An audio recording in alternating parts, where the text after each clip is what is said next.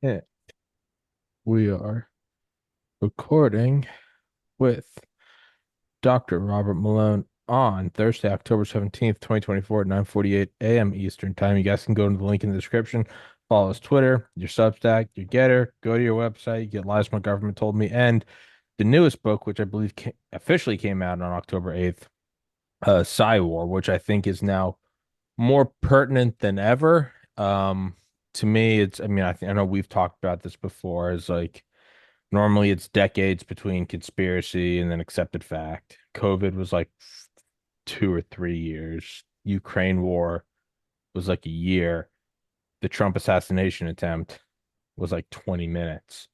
And it's getting Yes. the delay is getting close. It's artillery coming closer and closer, and there's less and less of a delay between but it's good artillery. It's truth and communication penetrating the veil of propaganda and ultimately the facade of an I guess unchallengeable monolith. So it's a good artillery, but we are kind of venturing into unknown waters. So Dr. Mona, I'm going to post a live link and you take it away, sir.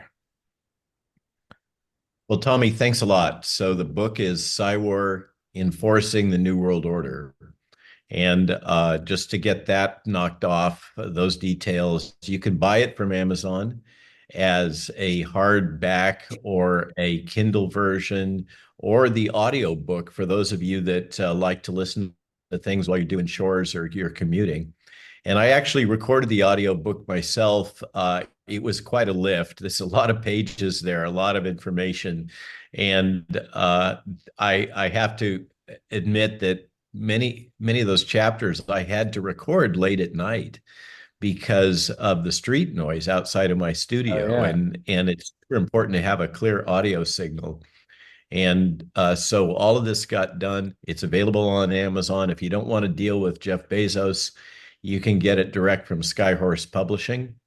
But unfortunately, you'll have to pay the full freight if you buy it from Skyhorse, whereas with Amazon, you get the discount and the free shipping and all those other goodies. Uh, so that's the book, and it has been over 2 years in preparation. Jill did a lot of the heavy lifting of assembling it from various essays we'd written on Stack, and then together we rewrote those essays, brought them up to date, put in all the references and citations, and blah blah blah to make it all academically proper, and formatted it, and then Tony Lyons agreed to publish it just like he did our prior one at Skyhorse.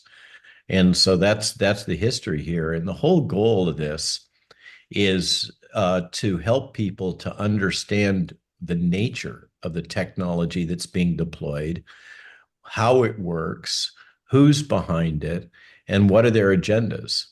And the hope is that because propaganda is so similar to marketing, it's an adjacency, that people that work their way through these chapters will become more immune or resistant to these technologies and these techniques. They'll be able to see through it. And in that way, they'll be more prepared and protected themselves when the next round of artillery, as you put it, comes falling in on top of us. And you're right. For me, it's kind of I'd hoped that we would have it out a little earlier in this election cycle, but publishing is what it is. And it's as if the campaign, particularly the Harris Walz campaign, is intentionally validating the book on a real time basis. It's been fascinating watching what's been going down. As I think Psy Wars, it's the natural next step to an inquisitive mind from the pandemic of to step away from what the pandemic was and realize that whether it's a pandemic or a war or anything, it's the actual core ideas of what's going on. It's a narrative being sold for political power and most importantly financial and military reasons to advance one group of people or countries over the others. It's really just it's the same story of human history played out in a new way. So the natural next step is, I think, less about the next pandemic and more about what it was at its core. Because they're evil, but they're not entirely stupid. Like they went to a war with Ukraine instead of another pandemic. But in many ways, it's the same thing. It's the lie propagated, restrict civil liberties, increase profits. That is what it is. It's dressed up in a trillion different ways, but that's what it is. So with that, it is kind of odd to see, I guess, what we're seeing now in that there's less and less of a monolith and prominent, relatively liberal voices defecting and the showing of the way that like I think it was Anderson Cooper after the first Biden Trump debate, the way he went at Kamala and this is not like a Fox News guy, this is like one of quote unquote their guys, unprompted went after Kamala, and she was like, well, this was a very strong turnout, and he was like, no, that wasn't like that man's not there. In a vacuum, that's nothing. It's a forgettable soundbite. But seeing what we've seen, the marching orders of no one steps out of line, COVID, Ukraine war, whatever, it's very odd to see that, to see poor interviews from Kamala last night, and more. I mean, even just another, which again, in a vacuum doesn't seem like much, but AOC coming out like 2 days ago saying the war in Palestine must stop immediately and this administration must stop sending weapons, all alone aren't really newsworthy things. But when viewed in, especially like you said, propaganda marketing, this whole monolith, it is kind of coming apart. It's like when you're in a football stadium and like 10,000 people all hold up a thing and it makes an image. All it takes is like one or two of those to not be held up to kind of ruin the whole thing. It's like there's a couple, let's say they held up a picture of Dr. Malone's face and there's like, a square in your forehead missing. The whole thing is kind of out the window because you're just looking at that one square. There is a massive importance to overwhelming uniformity in a propaganda message. And just these little defections, those seem to be I guess, the iceberg, the tip of the iceberg, which is, I guess, by definition, it would imply something much bigger going on under the surface. I don't, can you talk on that? I know there's a bit of a word vomit, word salad, but it seems some sort of cracks. I agree. So cracks in the narrative is absolutely happening, and it's symptomatic of what we're seeing, which is the fragmentation of the global consensus around the hegemon of the U.S. imperial state. The ability of the intelligence community, the Five Eyes intelligence community in particular, to harmonize and control narratives through Mockingbird and all of their other various methods and strategies is coming apart at the seams.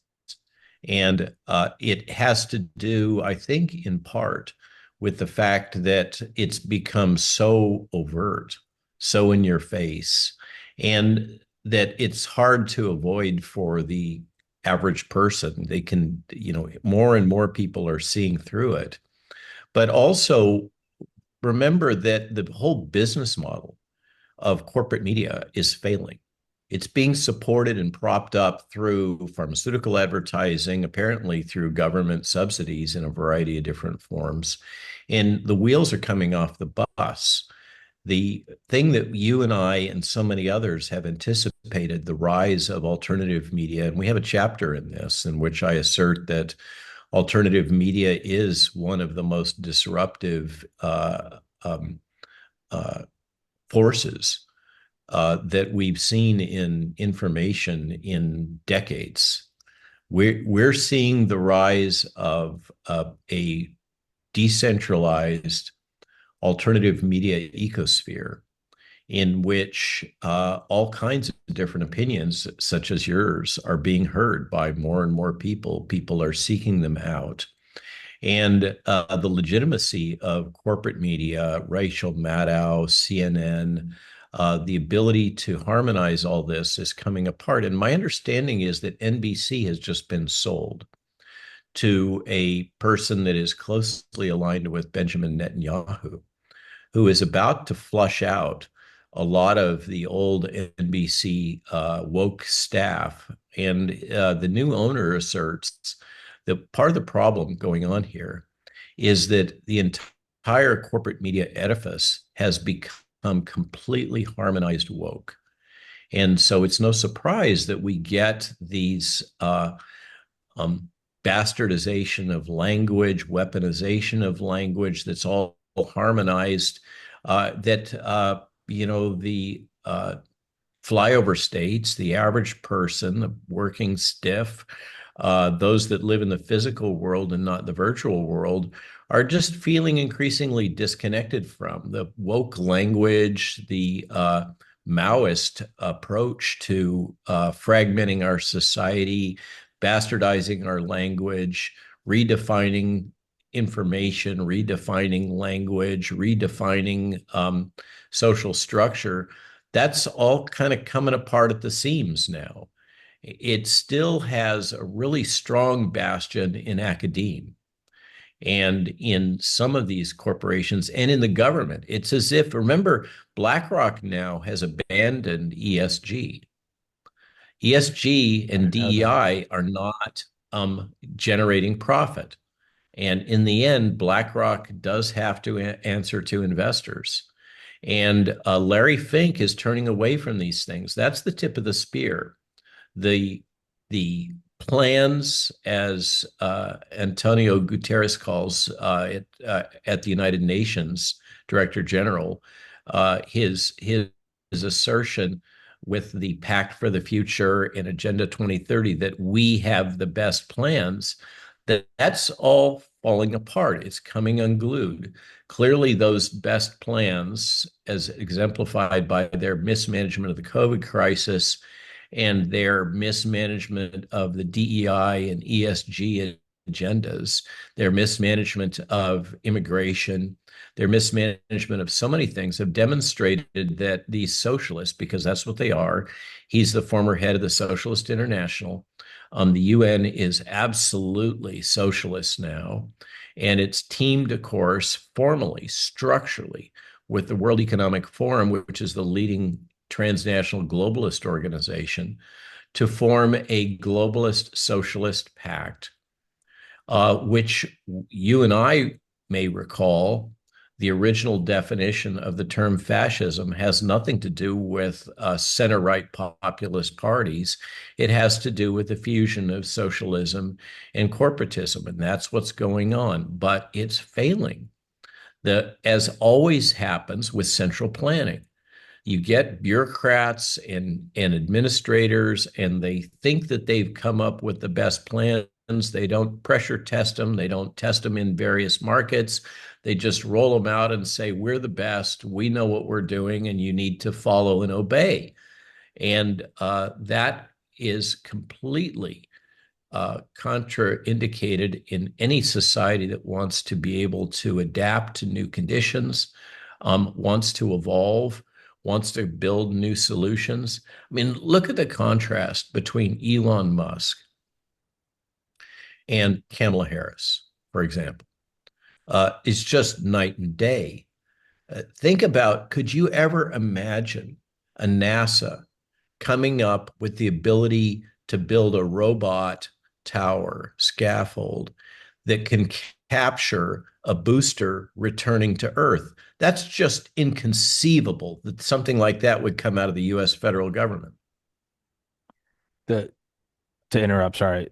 The government, credit where it's due, be it the early ARPANET or NASA and before that NACA, they are good at taking a ton of money and putting it towards something that isn't profitable and it jump starts. And then private corporations take over. So I will give NASA their credit for the 50s and 60s of wedging it in there. But no, you're right. No, that innovation and that pursuing it only comes from the private industry. Sorry, keep going. Well, and remember, I'm sure you're very versed in this. The whole logic behind the facade that was NASA was really building internet ICBM boosters, Well, it was, and that was a spoiler military alert, product. it was the military with, it's genius. It was the military with a civilian face. We went, oh no, it's a civilian space program. By the way, the shuttle can carry A bombs. It just looks like it. Don't, but it's civilian. It's civilian. Like, God bless. And it's like, the Exactly. Soviets actually built Buran, their equivalent, because they looked at the cost of the space shuttle. They looked at whatever scientific research it was creating, and it's kind of funny that the Soviets did it, but they looked at the columns. They said it's not profitable. It has to be carrying bombs. That's why they built the Buran, as they went, it's not making money. Americans don't waste money. They went, oh shit, it's carrying bombs. All right, keep going. Bombs and satellites, and now By we have satellites. the Yeah. the new high ground, obviously, and we have what when I was still dealing with the DoD a few years ago, one of the things they were really concerned about was quantum communication and the advance that the uh, uh, superiority that the CCP had developed in quantum communications because they can't be Instantaneous. readily disrupted. Yeah. And they act at a distance. I mean, we're now people are totally clueless. We're in a completely different battle space now, where things like the Terminator, Skynet, and all of that, autonomous AI powered drone warfare, uh, all of that is now real time. It's being deployed and pressure tested in Ukraine, of course, and it's about to be generally available. I have a colleague who is very connected into the Silicon Valley AI world who used to work in drone warfare. He spent a lot of time in Qatar, as I recall, and he makes the case that we are likely to fragment into something more akin to the old Italian city-state structure because warlords don't really need combatants anymore. They need the capital to build uh, manufacturing facilities that can produce AI-enabled drones for autonomous warfare. That's all that's required right now is that you have the resources to build these robots and these capabilities and to power them up. You have to have access to tech, but the tech is more and more universally available. And then it's just a question of can you assemble the manufacturing capacity? And that's a scary, decentralized, fragmented world that, I always talk about the importance of decentralization, but like with anything, decentralization is going to come with risks and price. And one of those is going to be the fragmentation of the global community and a whole new phase of warfare. If you don't want people to romanticize decentralization, you got to go back to like 90s America. Everyone, now granted, I was also born in 90s, so I'm looking at it, fondly. But you got to go back to like, like boy bands and the Dream Team and World Peace. That's a centralization people don't mind as much about. When it turns to remove your children's genitals, you now people are going, yeah, what is decentralization like? Who cares? If it's 90s America, people are much more going like, yeah, right, it's centralized power and it's an empire, but it's an empire with $1 cheeseburgers. Like it's not bad. Versus now it's yeah, it's $300 billion to a bunch of neo-Nazis, and if you disagree, you're a Nazi, which is an odd contradiction. So it's not to completely derail it, or we can keep going, and you have to apologize. There are sirens going off. Before I interrupted you, you're going back to Elon Musk and the rocket tower. I didn't want to derail your at what point you were making. Oh, the point Yeah. being that empowering entrepreneurship is the engine that drives America, the true America. And what empowers entrepreneurship is, in particular, the First Amendment, the ability for all of us to think and speak and discuss and innovate and conceive of new futures. And in a centralized, controlled totalitarian economy, which is what we're absolutely driving towards. And by the way, I want to mention a little bit about Ursula von der Leyen and what's going on in the European Council. But because that's the model for the New World Order that they're trying to promote.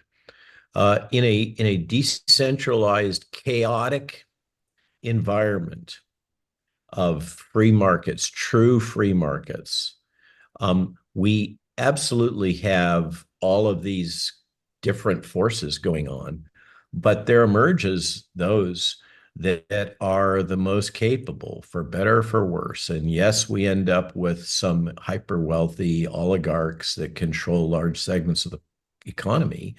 But so long as they continue to maintain the competitiveness and continue to innovate, then they're bringing value to the rest of the world and the rest of the economy. And that has a lot of merit. This is one of the fundamental principles of the whole Austrian school of economics, is that they believe in full-on Austrian school embodiments like Mises Institute promotes. They argue that there is really no such thing as monopolies, except in the example where government intervenes in the market. They advocate for a true open market solution that is fully competitive, recognizing that there will arise some groups of individuals or single individuals that are hyper capable. This is fundamental to and Ayn Rand's thinking also, is that there will emerge these people that are highly competent leaders, and that generally that's a good thing for society, so long as they don't use their power to unduly influence global politics and policies like we're seeing with Bill Gates, for example. It also seems to just be like the law of physics, right? I mean, it's like you could say it all coalesces until it makes a planet, and then if there's more matter, it coalesces to a star, and then if there's even more, it implodes to a black hole. The supermassive black holes are also the nucleus of every galaxy, which, as far as we know, is like the galactic building block for life. It's galaxies and then it's stars, but still the main idea of something super dense and something orbiting it. So, I mean, like, are we just, It's the is it, circle of life, right? is this the equivalent of is like breaking up monopolies? Is this the equivalent of like some deity, 100 million years after the Big Bang, being like the matter is coalescing in the hands of too few, and we need to distribute it more equally. Like, I know this is a bit of an odd defense of trillionaires, but if somebody had stepped in and said like, no, no, no, all the matter, all the dust needs to be, equally spaced, we'd have nothing. If you just let it run amok, it self-forms in a I galaxy. follow your metaphor. Yeah, which is I the know, I know it's socialist. stretched, and it's if Yeah. I was a lawyer, that is the argument I would make. But like, yeah, I don't. It makes me think of that. Makes me think of that quote I saw, I don't know, a couple of months ago, and it was like, regardless of flags and religions and all that good stuff, when I think the fragile bonds of peace break, the only thing you have left is our murderers versus their murderers. And I don't mean for that to be some like edgy Reddit take on the world, but I mean ultimately, if you were like an alien species and you came and looked at, I don't know, Okinawa in the 40s, I don't know if you would say one side was better than the other. I think you would just look at people killing each other in the most ruthless ways. And that is, once all the bonds break of peace and treaties, it does come down to who is willing to kill more and kill better.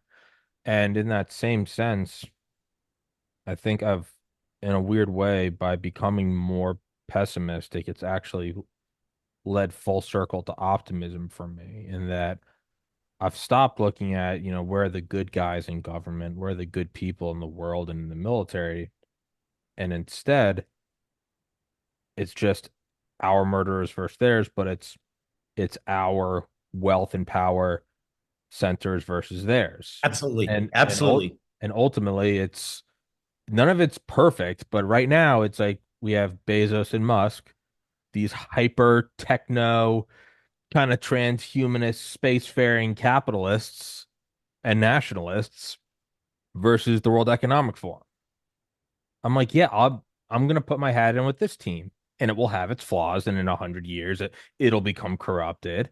But right now, I'm like, I like this team more. They're like, let's grow more energy, more rockets, future, and the other one is like, you know, don't have children, cut off your existing children's genitals, and hate yourself. So I'm through becoming pessimistic and saying it's all just power and force projection. I've actually kind of come out on the other side and optimistic and been like, oh, and that's all it's ever been. So I'm just throwing my hat Yeah. in with this side. So yeah, I don't know. I don't Yeah. know where you want to go with that. Yeah. So I think it's important to be on the side of team humanity. That's Yep. that's the that's the problem with a lot of the transhuman logic and with this emerging culture in we call it Silicon Valley, but it's really just a metaphor for the tech sector and the tech moguls. Uh, you know, we could think about Facebook and all of the other entities in social media is the belief that human beings have had their day and they've mismanaged global resources. And it's time for human beings to pass away or evolve and, and to enable another species, which is a human machine fusion or eventually pure machine.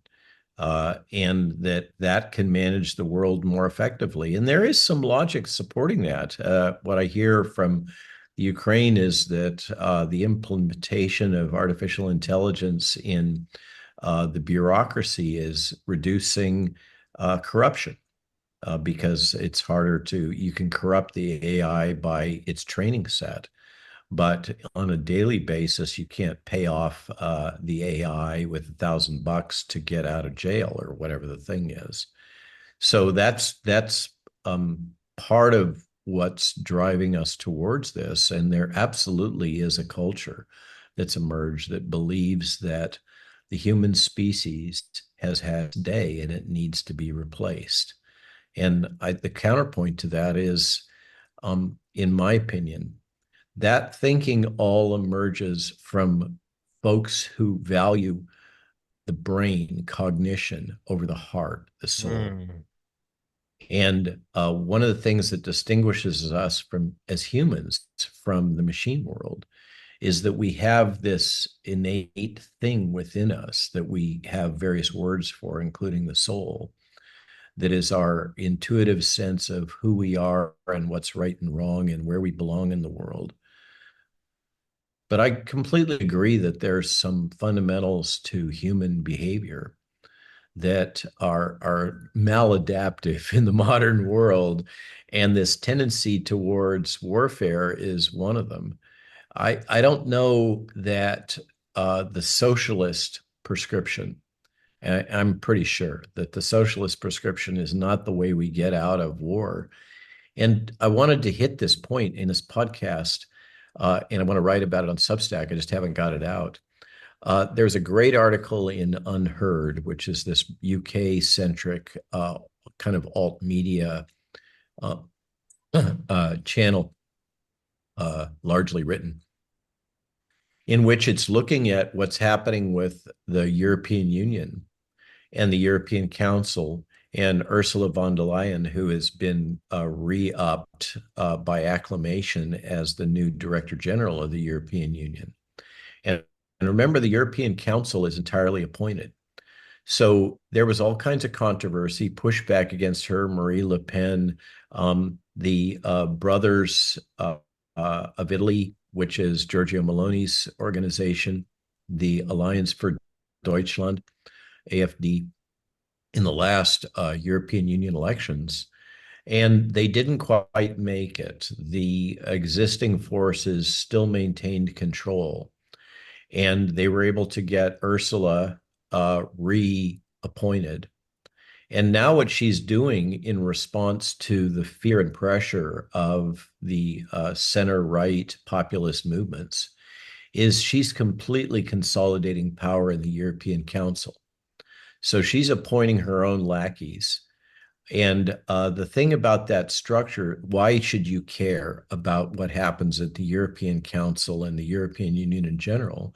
The answer is because this is the model for the new globalized transnational government that will emerge from the United Nations and the World Economic Forum. And they don't hide it. They make clear statements that they are the new government, the new global government, and they are absolutely fashioned off of the model of the European Union. And what we're in, for instance, the Secretary General of the United Nations is appointed, just the same as with the European Council and the Director General of the European Union. And the same thing is going to happen. We're going to end up with consolidation of global power underneath these socialist structures. Ursula von der Leyen was her mentor was Angela Merkel from East Germany, who is very much a socialist Democrat, and that's the model that is being promoted is the German social democrat model with the idea of this version of capitalism that is promoted by Klaus Schwab, in which we have social responsibility for corporations as their top agenda, not making profit. And that's the model that they intend to implement, and they are implementing through this new Pact for the Future and Agenda 2030 and all that. And frankly, the left and center left here in the United States are all in on this. Kerry and Harris and Walz and all these people, the Clintons, et cetera, they're all behind this new structure, which I call, and many others do, the New World Order. This harmonized, globalized structure that is being promoted by the Atlantic Council, Bilderbergs, and all these other organizations. And what's going on in Europe right now is seen as the backlash from the old European aristocracy that wants to maintain their privilege and their current structure, which is kind of a two-tier economic system where you have oligarchs at the top making the decisions, and then you have the riffraff below thinking that they have some sham version of democracy with their Bundestag or other national legislatures, but they have no power. The power all vests in the European Council, which is entirely appointed and which is now being really shaped and crafted as an agent of the glorious leader, von der Leyen. And how many times do we need to see this replay? So anybody who wants to see where all of this is going, all they got to do is track what's going on right now in real time in the European Union and the European Council, because that is the model that they intend to implement on a global scale. It seems the free flow of information really is. I don't know, that's such an like an unoriginal observation. The free flow of information is that yeah, and war is bad, and yeah, I mean I get it, but it really is because the more the preconceived notions are dissolved. Like you can absolutely like power is real. Like physical fortifications are very real. I think a million people could decide to sprint at the White House right now, and I think they would absolutely be okay. The White House. I think miniguns would pop up. I think you would see a level of slaughter you've never seen before. It does exist, but to spread it over greater and greater areas, physical areas, does require more and more. You're running thin, and if you do something, if you do almost like a somewhat restrained empire, you can keep somewhat power. If send an aircraft carrier strike group here or send Delta Force there. You can kind of do whack-a-moles. But for the For a most while. part, for a while, the more you try to dial it all up and have that level of control that you have over the White House or, a military base, or the less and less viable it becomes. And it's, in Appalachia right now, I think it's largely, intentionally letting them suffer. But even if they wanted to help, what are they doing in Ukraine? I mean, are we intentionally underarming them? Probably, but it doesn't really seem to, even if we wanted to, it doesn't really seem like the regime, the mono, whatever you want to call it, is as powerful as we thought. And conversely, hey, Israel, you stop it. They're like, no. And they just keep going. And Yeah. you're kind of seeing the impotence of it. And really what you're seeing is it's an inability to physically control everything. Now, if Russia or Israel were like, we're coming to America, it'd be shut down immediately. In the same sense, though, Ukraine's in Russia's backyard, and it's like, no, this is our lawn. Israel is surrounded, and they're kind of like, we're gonna do what we're gonna do. In a way, I think it is oddly optimistic in that we can extend our empire over the planet, but it's vice versa.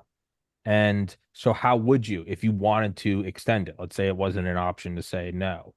All right, well, if I don't have enough troops to physically encircle the earth, you'd put a thinner and thinner layer of, let's say you had a limited amount of paint. You can either put, an inch of paint in one spot, or you can, like gold leaf, you can spread it out over the size of a continent, but it's very thin. Well, that would be digital. That would be controlling of the airwaves, of misinformation, of anti-US propaganda.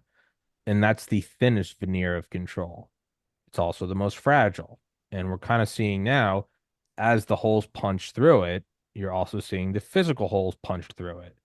In that, like just communities are what's helping in Appalachia.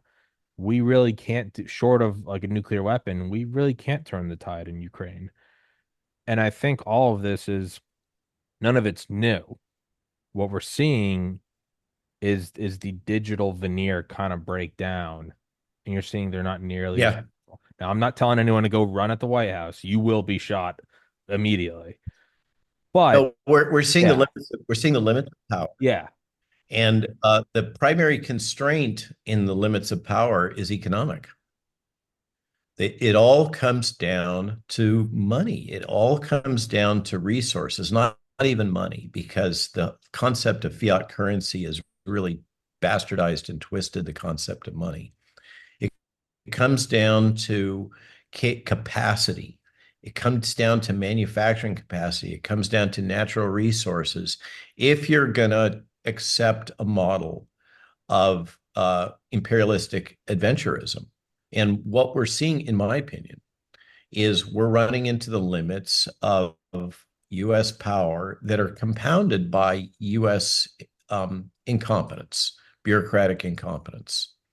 And these organizations like the Atlantic Council, Bilderbergs, et cetera, and NATO are so entrenched in their current models that they're not recognizing the transition. They're not uh, acclimating to this new world order. And so they are using backstops. They are implementing what they can within their existing resources. And one of the things about psychological warfare, as you know, is that it is relatively inexpensive compared to kinetic warfare. And it can be much more effective in terms of enabling regime change. Certainly, bang for the buck with Psy war is much, much better than it is with kinetic warfare. You really need to, we go back to Clausewitz, right? Need to fall back on kinetic warfare only when Psy war fails. That's the new doctrine in NATO. That's the new doctrine all across the world is the battleground is the mind, is people's minds. And the goal is developing capabilities to control information and to control thought, belief, and emotion in order to implement power and control over populations. That's where we're at, and it's like you say, it's raw. It's in your face. It's no longer constrained by any need, like you mentioned in the 90s, or for me, it's back in the 60s, where everything was justified because we were the good guys. And this was the core justification post World War II that we talk about in the book, is that, yes, the world is a dangerous place and there are many different power centers. Many of those have been disrupted. The old imperialist structures have been torn apart by the former European nation states. And somebody has to step into that power vacuum. And it might as well be us, because if it's not us, it's going to be the USSR and the CCP. And we're better than them. This is the argument for American exceptionalism, is that America is the good guys. We are much better than our opponents. And so it's justified that we do whatever is necessary in order to ensure that we have regimes that are friendly to us. This is the domino theory and its various derivatives, together with Kennan's isolation logic of encircling the former USSR. And we've carried that forward. It's like it's a ghost or a shell of the old logic that we're the good guys, but it's really become frayed and fragmented. It's no longer really justifiable. When you see that there have been many, many aggressive, intentional assassination and regime change actions taken by our intelligence community, then the whole idea of us as the good guys in a Westphalian independent nation state system falls apart. And if you think about it, the efforts to build and enforce these globalized transnational organizations that are coming in, being driven by American foreign interests, is just an attempt of the United States to continue to exert global power, but by using other means, other sources of resources and capabilities. We're now going to basically subvert the United Nations from its original charter of avoiding war to promoting a new social order, a globalist order that is very much aligned with the corporate oligarchy that's largely dominated by what are formerly American but now transnational organizations, corporations. And that's what we have, is almost like a desperate Hail Mary. As the whole thing is coming apart, we have to have some way. The State Department and the intelligence community has tried to develop some new systems and capabilities that will allow it to continue to exert power in a multilateral environment, all justified, based on the same logic. We're the good guys.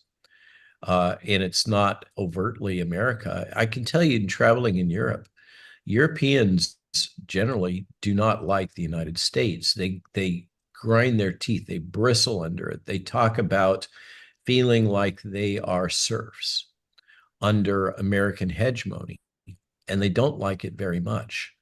But the European Union and the European Council structure is very much something that has been promoted and built by the United States, and in particular, by the State Department and the Department of Defense. The NATO structure is that also. And that's what, the microcosm that I love to focus on is Germany. Germany has believed their own propaganda. They've taken down their nuclear power plants. They've tried to shift from coal. They've gone all green energy. And they forced the most amazing industrial capacity in the world in terms of their automobile manufacturing, for example. They forced them all to comply with their Green New Deal concepts of EV cars. And they've done it in a way that they're building products that the world doesn't want to buy. But they're caught up in their own propaganda and logic. And the consequence is that the economy, the industrial might of Germany is just being decimated. This happens again and again with these centralized planning structures. The bureaucrats think they have the best models, they have the best plans, they force the rest of us to comply. And then it fails because they weren't really guided by market principles and they weren't tested by market realities. And so you end up with the likes of Ford Motor Company saying hell no about EVs, Mm. and EVs blowing up, catching fire in, you mentioned North Carolina and the floods, and down here in Florida. The tech isn't working. It doesn't make sense, but it's all reinforced by propaganda and it becomes a juggernaut that can't be resisted. So thanks for allowing me to rant on that one. No, yeah, we're talking about the flaws of the United States and then, Europe, and it's, they, like you said, they grind their teeth, they bristle. And, my immediate reaction, despite both of us kind of going back on all the drawbacks of the US, my immediate first mental reaction to you saying that was like, sucks to suck. Like, but it's also, but that is reality of terms of like, there will be a hegemon. And so I also have to balance myself. You don't want to be Yeah, like, so that's yeah, yeah. that's the argument The for other one American. is like, pull back the US. Maybe we don't need it. And, it's like, color my surprise. It's like, China is moving on all of Europe. And you'd be like, huh, that's, I don't like. And so, but then it comes down to is kind of the more, realpolitik of like, I'd rather have the gun and be on top of the hill and try to be a good person than be on the bottom of the hill without a gun and hoping that it's a good person. But why not focus on Fortress America? No, that is my, and when I do run for president, that's literally my ticket will be Fortress America. But in order to have that, if there's going to be a hegemon, it has to be, again, it has to be an empire that, regardless of propaganda, people want to join because, Okay, I'm going to push back again, Tommy.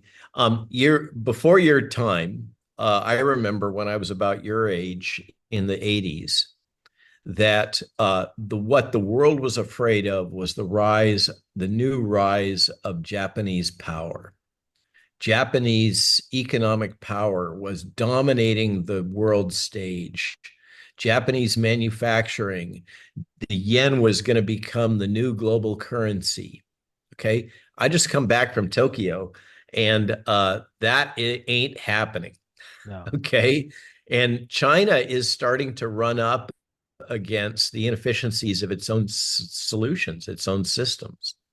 And if we deprive China of its import export, particularly its export revenue, if we stop buying Chinese crap that we have to replace every 2 to 3 years and do what the Swiss do, which is have local manufacturing of high quality products, high quality foods, etc., and disengage from these foreign adventures and all the expenses associated. Think of the paradise that we could create here in the United States. I've heard this argued again and again. I'm starting to hear it from voices that are coming from the Middle East that point to places like Dubai and the thriving new economic hubs of the Middle East, and point out that if America chose to not invest all its excess capital, surplus capital in wars, but rather chose to invest it in its people and its own economy, then America would become its own paradise.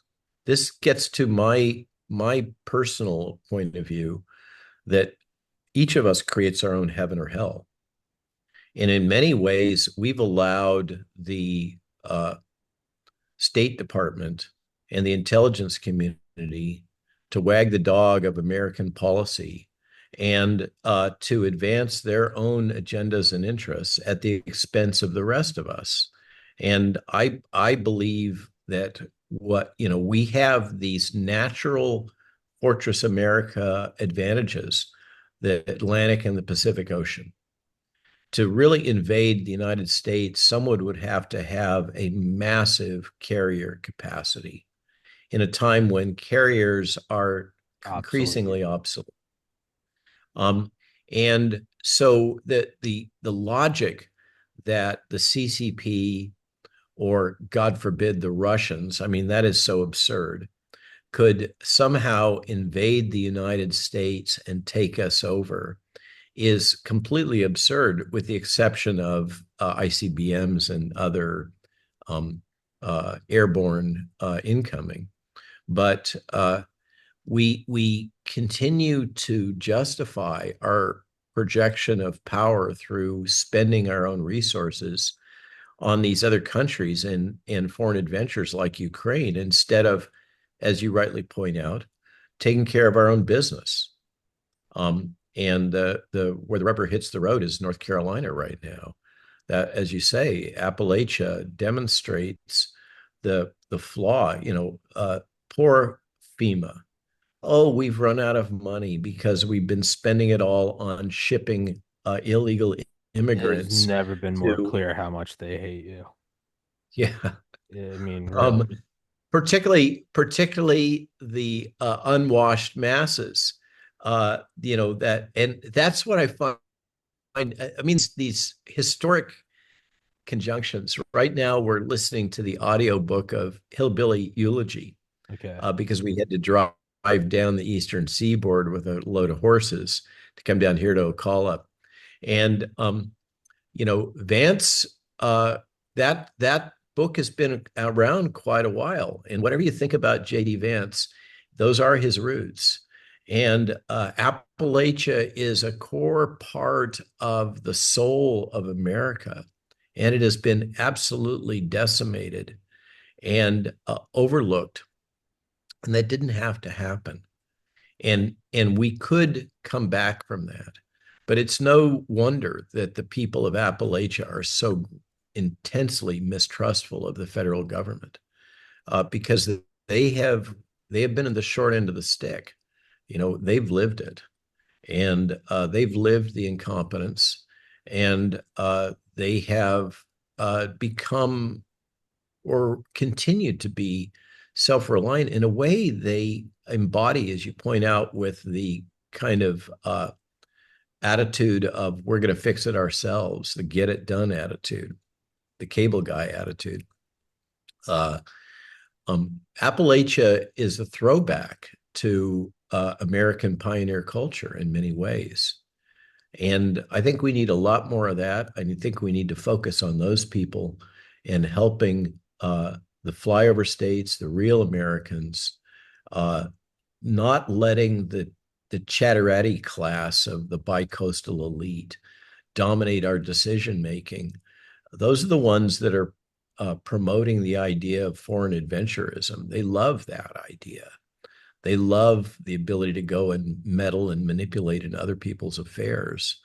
Whereas I think most Americans would just be happy to be left alone, and to have some confidence that the United States government is focused on the things that it's supposed to do, which is ensuring national security and intact borders and promoting commerce. That's the mandate for the US government.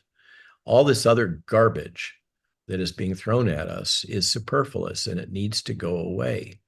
That's the hope in bringing it back around. Obviously, I believe strongly in decentralization and building community and building family, but I also believe in the idea that we should be investing in ourselves.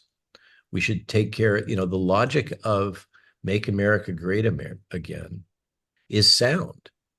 And the logic of make America healthy again is sound. And we should return to those fundamental principles. But we're constrained bringing back around because of the ability of these this bureaucracy to control information through corporate media, through social media, through its propaganda, censorship, industrial complex, everything else, and to completely control the dialogue. So that's my point of view on all of this is I think a lot less foreign adventurism and a lot more make America great would be a good start. I think like if I had to boil it down to like a thesis, it would, and I think his heart was in the right place, and technically, I think he did the right thing. But JFK kind of went in like a bull in a china shop, and in hindsight, the outcome was predictable. Doesn't make it right. By no means am I saying it's the right. It's not at all. But there's a way to do it. I think the move, because the power faction, the military industrial intelligence comp, evil, good, whatever you want to call it, the reality, it's real, and the power's there. If I had to just, if I had the word of, whoever's Elon and Trump it would be keep all the military industrial complex behemoths going and funded. Don't cut a penny, but retool it towards space exploration. That's what I would say is because Fortress America is all fun and good, but at the end of the day, it's like if we're gonna build like our own Atlantic wall, they'd be like, well, why do it on the wall? If we're gonna build all these guns, might as well go out and pillage the world. And to detach as a psychopath and look at it, I go, yeah, I would get that. If we're gonna build all the guns, use them. It would be to have them build everything, have them be allowed to do their R&D and do all their classified shit and whatever.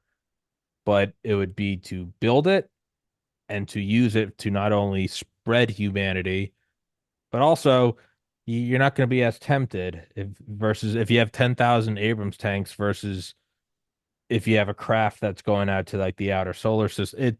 It's going to be harder to say let's point that at China because you're going to be like, yeah, we're like 80 trillion miles away. That's what I would say is that's like the cold unfun compromise. It'd be like you're not going to get rid of them. They are a bully and it would take centuries to dismantle them. Keep them paid. Let them build their crazy stealth nano metamaterial shit at DARPA. But just, let's try to kill two birds with one stone. Let's just go somewhere else. I mean, and ideally, and this is like perhaps the limitation of my own mammalian reptilian brain, ideally we find an alien race that we can just start killing because ultimately it seems like that's what we want to do as a people. It's not right, but that's what we need. But that's what I would say. Like Trump, Elon, Bezos, like don't try to take money from them because they will kill you. But just rather instead of APCs and aircraft carriers, why not have like an aircraft carrier? Why not have an aircraft carrier orbiting Mars? You'd be like, well, we don't need it. It'd be like, yeah, but that's how you're going to get it done. If we say we want to send two men to Mars, it's not going to happen. If you go to Grumman and go, we're going to send this to Mars, and hey, it needs some lasers in case China comes, they'd be like, yeah, well, I can do that. I can build that. We can get this there immediately. And it'll be a boondoggle, but hey, that's how the space shuttle happened. Is it was a compromise Yeah, but between the just Air Force, just the just don't NRO. go Yeah. just don't go to Boeing. Yeah, no, no, no. They can't no, they can't play anymore. They have to go. But like that's what I would say is like build it and JFK was so close. They had the concept of I think it was the Orion. It had a giant like 500,000 ton pusher plate and it would detonate an A bomb behind it every like 10 seconds and push it forward. And it's to date, it is still the most energetically efficient way to move a spacecraft. The DoD wanted to build an orbital battleship, and JFK was like, "You have to scrap the whole thing." If I would say like, "Hey, don't scrap the whole thing. Just tell them that they have to point it that way. Just tell them to like literally like it's like a dog. Like, hey, you're not gonna get the dog to stop barking. Just show it a new toy. Just go that way. It's like I worked as a bouncer at college bars. When people are shit faced, the idiots try to throw them out of the bar. No, what you do is you distract them. You see the football games on? And I'll go that. You just move them that way. Move the warring fraternities away. Like Look at all those girls over there. Yeah, yeah, just go that way. It's judo. That's what I would say.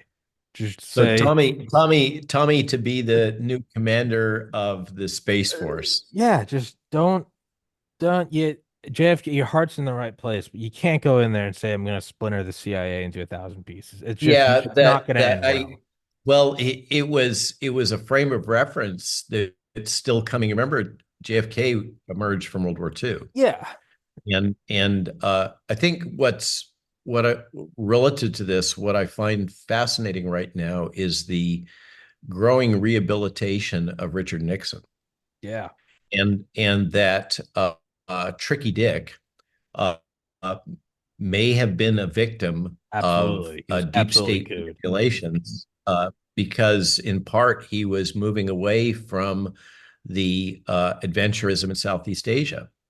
And he concluded that that was no longer viable. That wasn't feasible. I mean, it was a huge misadventure. And um, or related to that, now this, I spoke about this the other day, the emerging awareness that Bob Woodward and Carl Bernstein were probably They're Operation Mockingbird they're people. assets. Yeah. And the whole play in the Washington Post, now that we really can recognize what the Washington Post is, Pravda on the Potomac, was uh, more State Department and deep state manipulation to advance their objectives. So my point of view is these people are intrinsically corrupt. They are hungry for power. They are drunk on power. And somehow we've got to put them back in a box. How we do it is, you're talking about one strategy of distracting them and giving them another alternative enemy. Maybe that's part of the agenda of the UAP Hmm. reveals, that we have this common global enemy that we need to be concerned about, and let's stop shooting each other when we should focus on the threat from outer space, which is totally aligned with what you're saying. I personally, I just so have come to so deeply distrust the Of bureaucracy course. and uh, and it's just repeated gross incompetence. They just can't get anything right, and now they want even more power. They want to morph or transmorgify into a one world government, and I'm just not okay with that. I'm way more aligned with the idea that we take this infrastructure and capability and all of the technological innovation that is coming out of the military industrial complex and turn it back on enabling innovative US industry. I mean, Elon is doing what he's doing, and yes, he has significant government funding, but he's transforming space intentionally. Uh, and I love the T-shirt that he had on when he was giving his little diatribe about the tower, "Occupy Mars." Yeah. Um, yeah, that focus on the future rather than on this infighting and power struggle right now. And in terms of the CCP, I think that just like Japan, we're going to see them collapse under their own weight. Yeah. They're facing a population problem, much like Europe and the West is, where they've succeeded beyond their wildest dreams with their population control agenda, and now they're facing all the consequences of population collapse. And how do you maintain care for your elder population? Japan is in the advanced stages of dealing with that. And I don't think that China's economic model of this kind of predatory capitalism is going to be able to survive over the long term, because the people that are being preyed upon eventually figure it out. Eventually, the German people are going to figure out that they've been had by the propaganda about DEI and ESG and green colonialism and alternative energy and all that kind of stuff. And they're going to be proper pissed off. Mm. What's going to happen, I don't know. And that's the play right now, is whether or not the oligarchs can find some way to maintain their power and privilege through time during this period where the populace starts to become aware that they've been manipulated. This is the huge, huge positive unintended consequence of the COVID crisis is people can see that they've been had. And like we talk about in the book, they can see how they've been had. Mm. And once that growing awareness reaches a tipping point, then Katie barred the door. I don't know what's going to happen. Is it going to be revolution, or is it going to be we're going to transform into a new way, a new type of social structure? I don't know. But I'm pretty sure that the predatory capitalism model with a central communism, socialism of the CCP is not going to survive. They've already exceeded the limits of empire. They're having problems assimilating their out territories, and I don't know that the Belt and Road Initiative, that's the momentum behind that, seems to be tapering off quite a bit. It's all about the money, and can they sustain it? You know, they've made all these massive investments in lithium, but what if suddenly the lithium ion battery as a model for energy is no longer viable? Then those investments are for naught. I think they've gone deeply into strategies that are kind of 20th century. I don't know that they're really the monster of the 21st century that we present them as. Mm. I sometimes wonder whether or not all the propaganda around the fear of the CCP is doing us good. It's causing us to overreact to a threat, I believe, rather than acting responsibly and maturely, which is where I think we need to be. But this takes grown-ups at the helm, and right now we ain't got them. I think,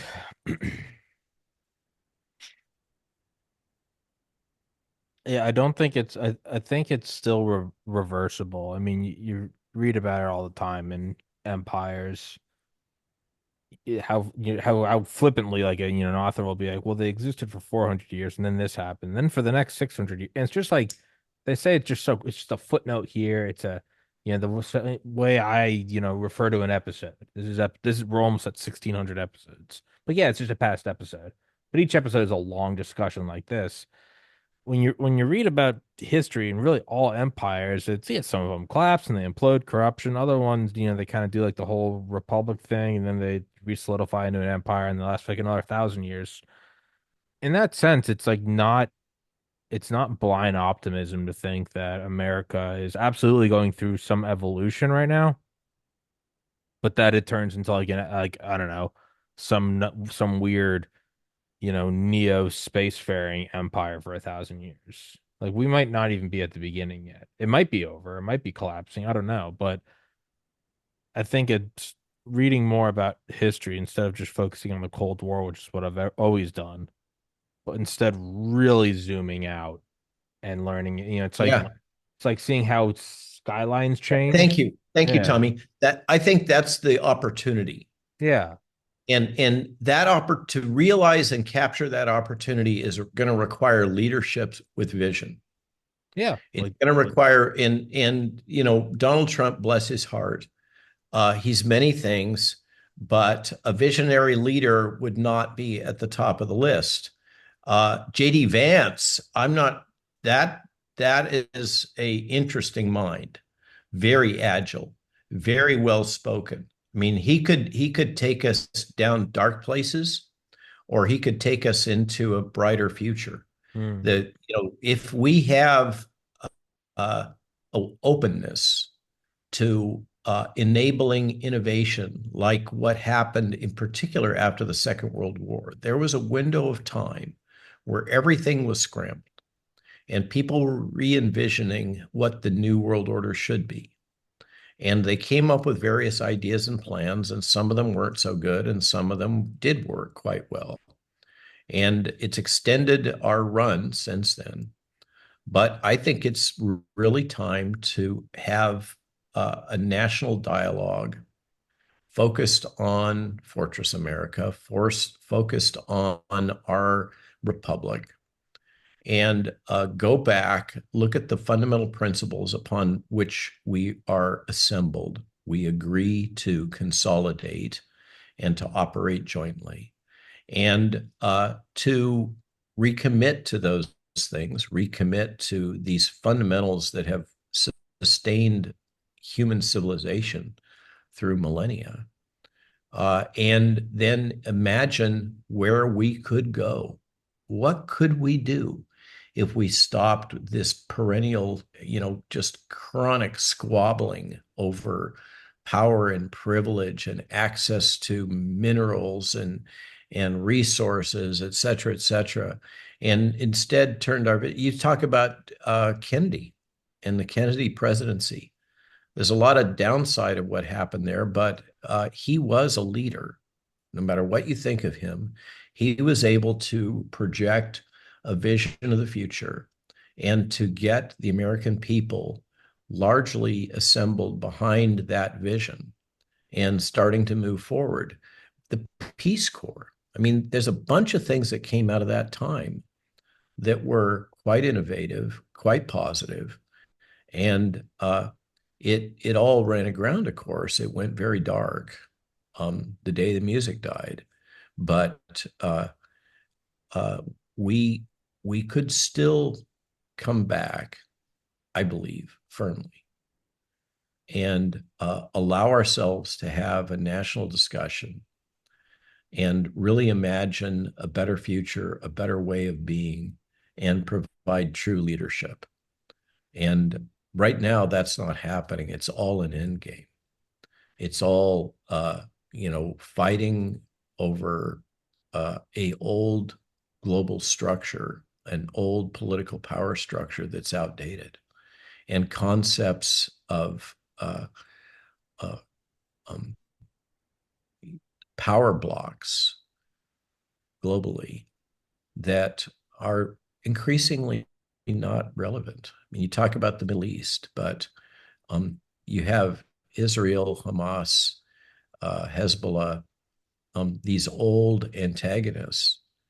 But then you've got Egypt throwing up a wall and basically saying, hell no, you're not coming across here. We've got our own problems and we're going to focus on dealing with our own issues here. You've got the rise of these uh, glittering, fascinating new metropolitan centers across the Middle East Mhm.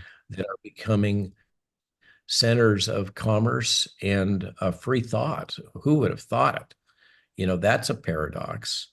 Uh, um, why can't we have nice things too? Why can't we have a shiny new future?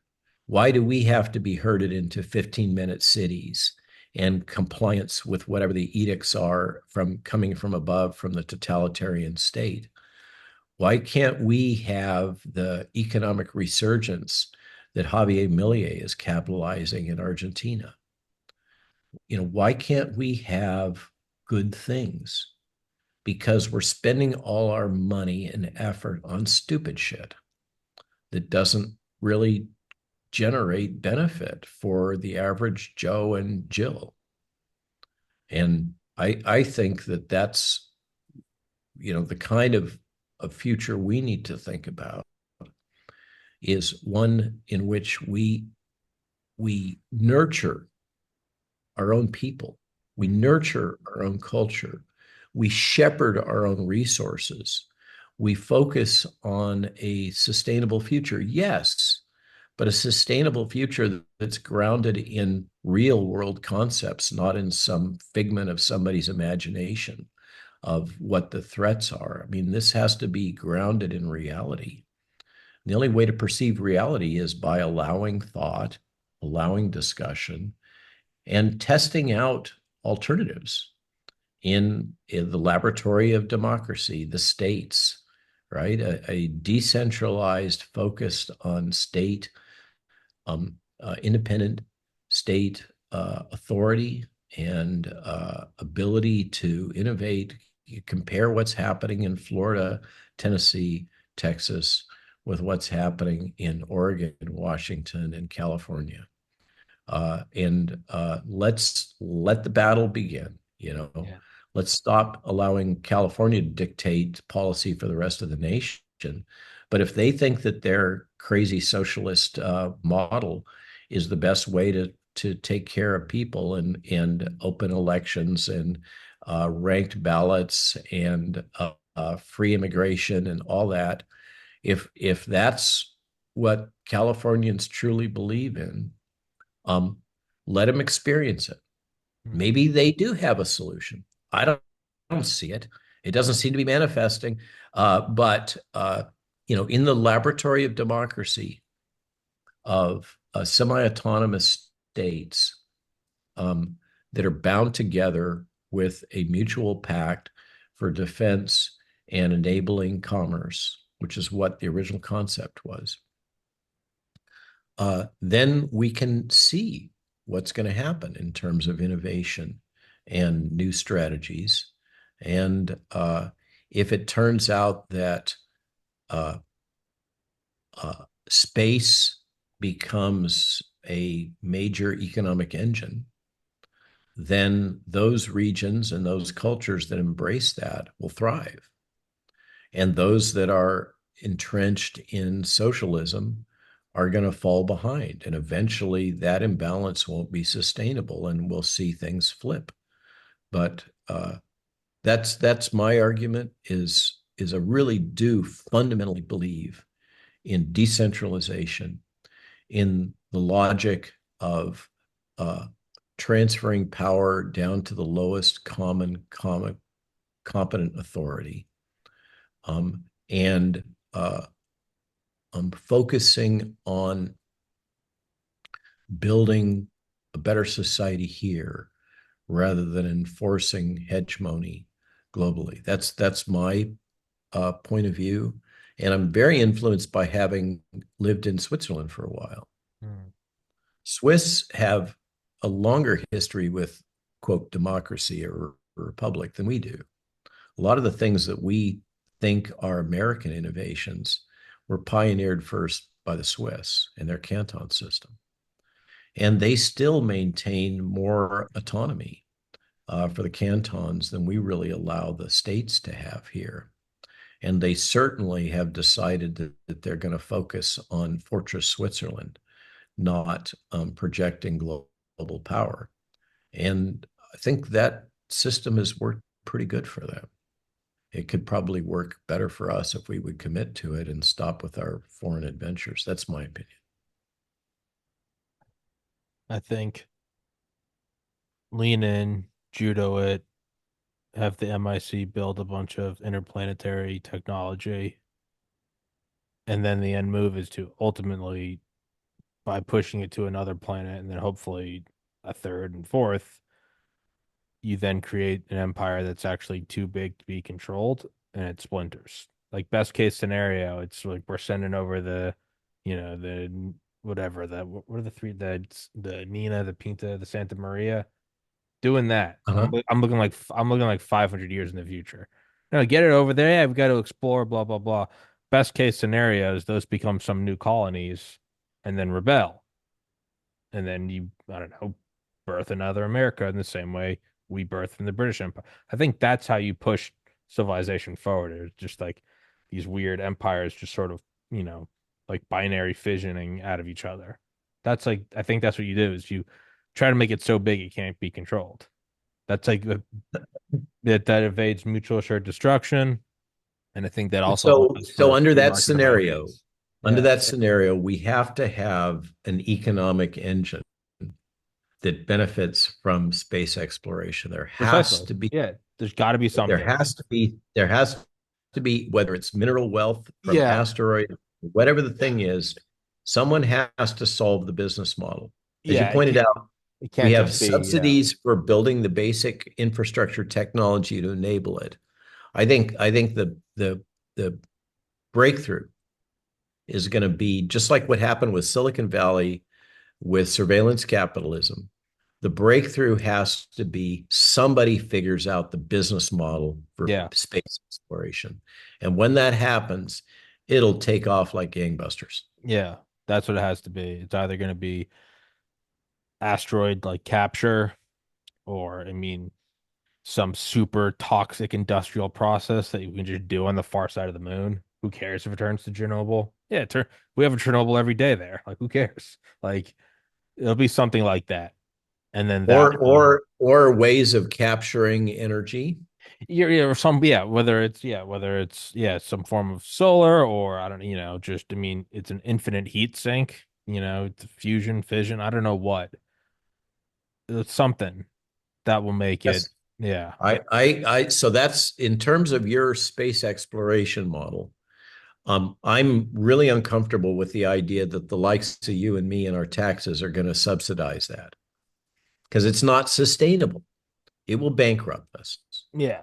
But if we can prime the pump, which is what's happening with the likes of Musk and SpaceX, if we can prime the pump, and then someone has the insight to figure out a sustainable business model that makes sense, then the whole thing will become self-reinforcing, and we're not going to need to have government subsidies. It'll take off like crazy, just like what we're seeing with Elon's innovations.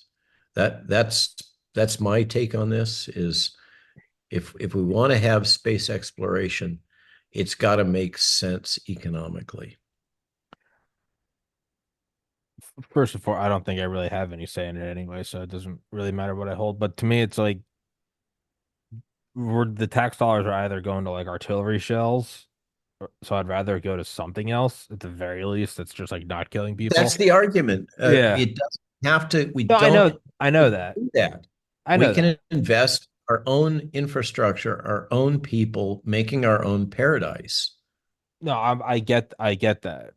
But I'm also like, Kennedy tried to do that. They blew his brains out, and he wasn't exactly nobody's president. So is that the reason why we shouldn't try? No, no, no. We absolutely should. But I'm trying to look at it like less like emotionally attached. Not saying that's what you're doing, but I'm trying to just look at it more and be like, we should try.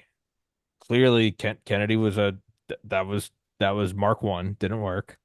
How would you do it? I would say you kind of finesse it and go take this money, build craft. We're going somewhere else, and decades or centuries down the road, it leads to the birth of a second human outpost, a second human civilization, and it might bankrupt us, but in the same way, imagine like the king being like the colonies are bankrupting us. Like, yeah, big picture, I'd be like, yeah, who cares? You birthed America, and that led to the internet, heavier than air No, flights. bring it back to the present and the micro. Yeah. Um, what your thinking is somewhat akin to Bobby Kennedy's logic and Del Bigtree's of make America healthy again by refocusing HHS and particularly NIH on health as opposed to supporting the pharmaceutical industry. We're making these major investments in medical research, but it's all wrapped around the pharmaceutical industry business model instead of health promotion. It's sickness treatment. That's a transformational concept that we focus our entire infrastructure on health promotion rather than sickness treatment. And that's an example of the kind of thinking I'm talking about that invests in America, that Hmm. invests in our brothers in Appalachia and across the Midwest and the flyover states. It's a model that we have this almost exponential growth in, or it's actually decline in um, a longevity in the United States because of the vector sum of all of these effects that are coming at us, the toxicity associated with medical practice of iatrogenic illness, of the pharmaceutical industrial complex, of the agricultural industrial complex. All of this is combining to just decimate the American population, the obesity and everything else. And wouldn't it be lovely if just in the short term, over the next 4, 8, 12 years, we transformed all of this federal funding that we're pouring into the medical industrial complex to focus on health, to promote healthy eating. I mean, in Europe, they do have problems with contaminated food, but for the most part, their food supply is much better than what we have here in terms of contamination with various toxins. Here we tolerate it all on the altar of expediency and profit. And it's profit for multinationals. It's not profitable writ large because we're having to make all these medical expenditures. So I guess what I'm hearing you say is if we're going to make these investments in the weapons of war, let's transform the focus of that towards something a lot more constructive. Yeah. And space exploration is one of them. That's again, that's kind of how Hmm. it's like ideally we wouldn't do drugs and everyone would be happy and okay. But I think the legalization of marijuana as opposed to the war on drugs is undeniably better. So put laws in place. You probably shouldn't be driving high. You should probably, refrain from letting kids have it. But ultimately, people are going to have vices. So, have it taxed. Don't spend money trying to stop it. Don't enrich the cartels and let it grow businesses. I mean, I'm in Portland, Maine. There's a million businesses of people who are, they pay for their cars and their kids go to school from their dispensary. So it's like to me, it's versus like if you had taken my super conservative grandparents, they probably would have been like, no, war on drugs through to the end of time. And it's like I'm just trying to be more like pragmatic and be like, which one's most likely? It's this. Same with alcohol. It's put rules around it, do what you can to the best of your ability, but try to harness it instead of white knuckling it. And so, as much as I think it'd be like, yeah, it'd be great if we stopped all the wars. I'm just looking at, they're not nobodies. Smedley Butler, Eisenhower, JFK. It's not nobodies who've tried to stop it. So I'm just trying to go if I really had to like best odds of stopping it, it wouldn't be stopping it, it would be kind of turning it a little bit. And Uh-huh. who may in 100 years, maybe somebody else can turn it a little more and a little more. And then in 1,000 years, they may be like, what's the military industrial complex?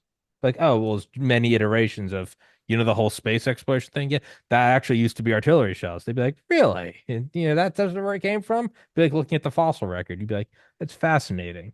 That's what I'm trying to look at. It's not that I don't think it's bad and not that we shouldn't try. It's just like I'm watching wave after wave of guys like running over the trench getting gunned down. I'm like, yeah, ideally we wouldn't be doing this, but we are here. So what's the best way we can go over the trench? Like, let's try to But do it. in order to get there, we have to be able to dialogue with each other. Exactly. Yeah. And that's what we're doing. So yeah, no, I think ultimately it will work. It's just, it'll be slow and steady. But Dr. Ma, I But just realized I've never heard of an idea. I've never heard this concept of a kind of an incrementalist approach to subverting the military industrial complex. I'm all for just saying let's abolish it. But I'm like Eisenhower, Oh, JFK. I I'm agree. like The idea of abolishing many I'm of like these agencies, yeah, I'm like it ain't gonna happen. I'm ultimately trying to do the same thing. I'm just like, let's take another approach at it. Maybe. There's another structure logic that's taught in military advanced schools, etc., in terms of strategies with bureaucracies and governments, which is to build a parallel structure and get it functional before you destroy the one that is replacing. But So that's that's another way of going at your logic of if the money flows into space exploration and declines in drone warfare, for example. Um, if instead the drone warfare infrastructure is focused on drone exploration, Sure. uh, then and signal transmission, and the reason why we're developing quantum communication is so that we can communicate over hyper large distances with autonomous, semi-autonomous robots. Yeah, Uh, instantaneously. then build that logic, that infrastructure, and then if the money's there, as opposed to the classical military industrial complex, those contractors will all be bidding and Self-assembling. fighting each other over those projects. That's what I'm Yeah. saying. It's like, so yeah, So that's a pull mechanism. That I like that because instead of a forcing mechanism, it's a pull. It's an incentive mechanism, and that I think is a lot better way to lead people is through providing incentives rather than disincentives. yeah, just like a parallel system. Yeah, drone, it's exploration and relay. And then also you want not even like parallel companies, like within the same companies. You want Grumman or Raytheon to have their, line item of and this is, resupply ships to Mars. And it starts small and then you eventually you want them, having boardrooms since like 2050, and they're like, listen, vaporizing Afghani kids just isn't as profitable as it used to be. This isn't your dad's Raytheon. Like, get with the times. Like, we're going to Mars. Like, and that's what You're you want right. to No, do that is absolutely the way that industry because then you works. It have will follow. you have the military industrial complex just taking on themselves. They're going, yeah, no, we're doing this now. We're going here now.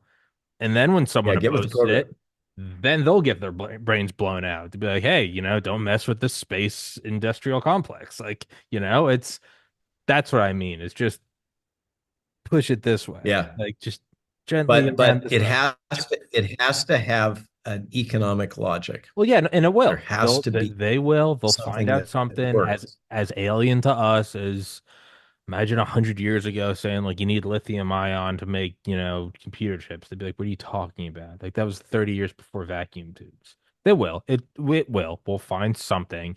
So it'll be nothing that anyone expected, but we'll find something on Mars or halfway there about how to reflect this, that, or find some new form of radiation.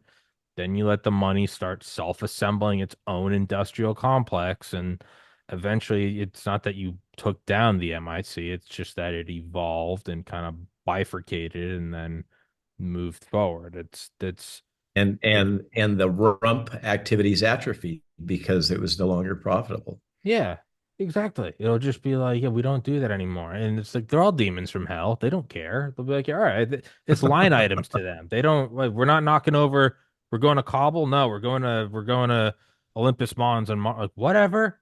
They don't care. Like, yeah, sure. That's what it will be. And then, I think that's probably the way it works is just to kind of push it that way. Um, but Dr. Malone, we've been running for an hour and a half. I just looked at my watch. So that was awesome, but I said we wrap this up for now. Um, That sounds like a plan. I'm sure yeah, we'll have a chat soon yeah, enough. no, absolutely. That was awesome, man. I appreciate it. That was fun as hell. Yeah, guys, go get Cybor and yeah, it's and I don't know, think about space exploration, but that was legitimately And fun. remember it's available as an audiobook. We better sell some of those damn things Yes, because I no, spent hours and hours of midnight good. time No, recording it's it. good. You are that is that's your going after my that's the evolution of the industrial complex of just like move it this way. How do you get kids to start reading? You're not going to. You have to read to them. Like, oh, all right, yeah, I'll listen to it while I go do whatever. It's just that's a microcosm of what I'm talking about. Just gently push it along that way. Just no Kennedys. We just push it along slowly that way. Yeah. Um. But Dr. Malone, that was awesome. I genuinely enjoyed talking to you, man. You're a brilliant dude, and you're fun to shoot the shit with. So thank you as always for your time. I appreciate it. Yeah, one of these days we're gonna have to get together in person and do this. That'll be Absolutely, I'd love to. And that way the government can save money and just send one Hellfire missile and take us both out. We got them. They're fun. together. Woof. Like, all right, yeah, whatever. But yeah, dude, I'd love to hang out sometime, and we definitely will. So, guys, please go in the description. Please go grab the book. Please go grab the audiobook. Follow him on Substack, Twitter, Getter. all that good stuff. And yeah, man, as always, I appreciate it. Thanks for having me on, Tommy. All Be right, brother. good. Thank you so much. Guys, thank you so much for watching.